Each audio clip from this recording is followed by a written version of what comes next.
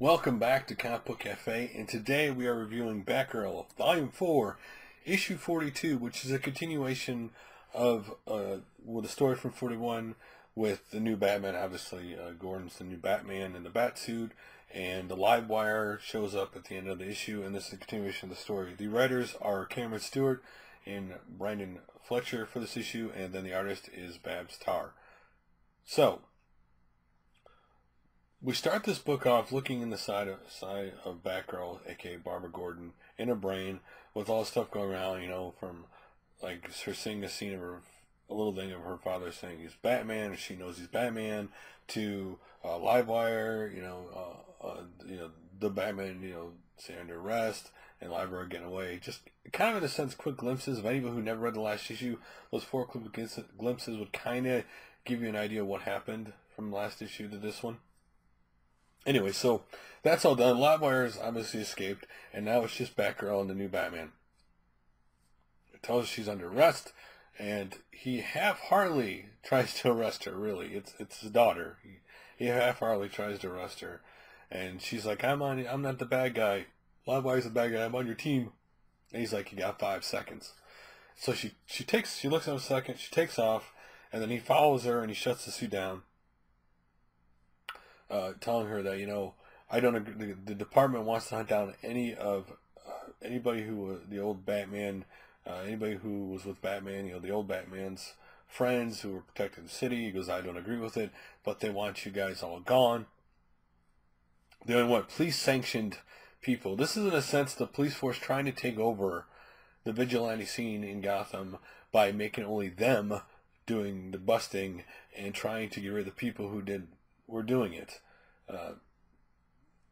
Not unusual, really, in social ways. This works all over the time, but in this case, it's them trying to take over the vigilantes. Not really being vigilantes; it's really the police department, but still trying to make people think they're vigilantes and get rid of the old ones.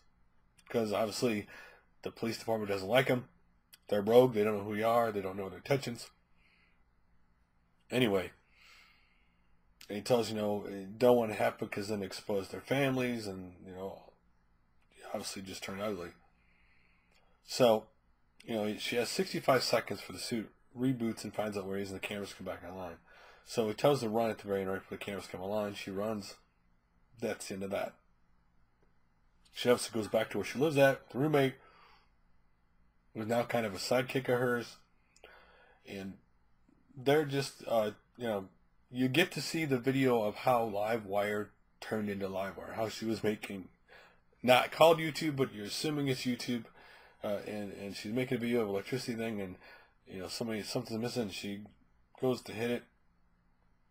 You see a red streak, which I guess you assume is Superman. I guess they're implying that. And you see her get electrocuted, and that's what caused her to become Livewire. And she fought, and they go through her history really quickly by talking about her. She fought Superman a couple times. Batman eventually, busted her and took her to the asylum. So her kind of real quickly know her whole story, and a real quick wrapped up in a couple of pages, right? And so she goes visit the dude. She visits from time to time Batgirl, who helps her out with stuff. And he told her, well, this last time you're gonna see me, I'm moving over to Luke Labs, and so she's Luke Fox, or is it Fox Labs? Sorry, Fox Labs. Oh, you're working for Luke Fox, and he tells her about her issue with electricity, and he gives her something. And then you find from her roommate that Batman's already engaged Livewire because the roommate was looking for big power spikes. Because obviously Livewire would cause big power spikes because she lives on electricity and she needs electricity for her power. Not, but she needs it for her power. So, Batman's already there fighting her. Unless she hits him with a bunch of power, it's kind of, he can't move, and she's really zapped, so she's going to recharge, and Batgirl shows up, attacks her, obviously, and, and tells the Batman, hey, you know what, we need to put these down, do this. He's like, are you always this bossy? And she's like, makes a jab about being a newbie, a rookie to him, and put these things down. And so she fights her, keeps her distracted, throws smoke. They do stuff to distract her. They finally get everything down. She takes this, it looks like really a funky looking mirror, a metal mirror, and she captures Livewire in it, and it's over. So most of the book was the fight, and again the building the relationship, and kind of like this the the rules between the new Batman and obviously Batgirl and all the heroes. Really, when you talk about the new Batman being in Bat books, it's setting up the ground rules between them and him, like the difference between him and the other Batman, the original Batman, right? What, because he's what he can allow and what the other Batman allowed. At the very end, she wakes up the next morning, looks all rough, walks out, and thinks her roommate's still, up, hasn't crashed yet, and she sees Alicia there. Alicia says, John asked her to marry her, and she's going to be the bride of honor, and that's how it ends. A great little book in the sense that you got the Batman story in her, because Batman's her father, and that dynamic, them trying to work through, like, he is the Batman, works for the police force, she is a Batgirl, she's a vigilante, trying to work through that relationship, and then they're going to have to work through the father and daughter relationship, not shown much in here, more in her mind, but they're going to have to work through that too, because now they're both on the opposite sides doing the same thing, and how is that going to affect, when is it going to be where he's going to have to go after her? Because it's implied, the police department doesn't want any Batman's old friends around anymore, and they want to bust him. So, there you go. Is he going to really bust his own daughter? Right now he isn't, but where's that going to play out down the line?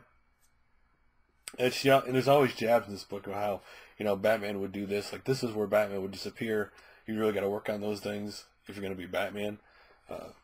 And also we have Livewire and her story. Not really much her story, just her getting defeated. There really wasn't much of a story, just, you saw how she got her powers, and then, electricity, and then she got captured. So, the overhanging thing was he's her father, and she's trying to protect him. So, again, typical Batgirl book in the sense that relationships with her, real life relationships, and then her being a superhero. It was a decent book. I don't call it like the greatest book this week. It was a decent little story. If you like Batgirl, you'll like the story. You could have jumped into this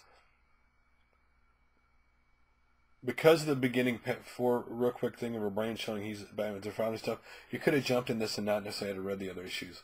But again, if you're looking for a book to read, this was a good little read, especially if you're looking for the books for all the new appearances of the new Batman. Obviously, this would be one to get because he's in it, and he's been in it because it's his daughter, and he's probably going to continually be in it for that reason. Anyway, guys, what do you guys think of Batgirl Volume 4, 42? It's not a bad book to read by far. If you need something else to pick up, it wouldn't be a bad thing to pick up. Love the cover of the book, but obviously not the best book out there. So, love to hear your guys' opinions on it. And I'll make another video soon, guys. Later.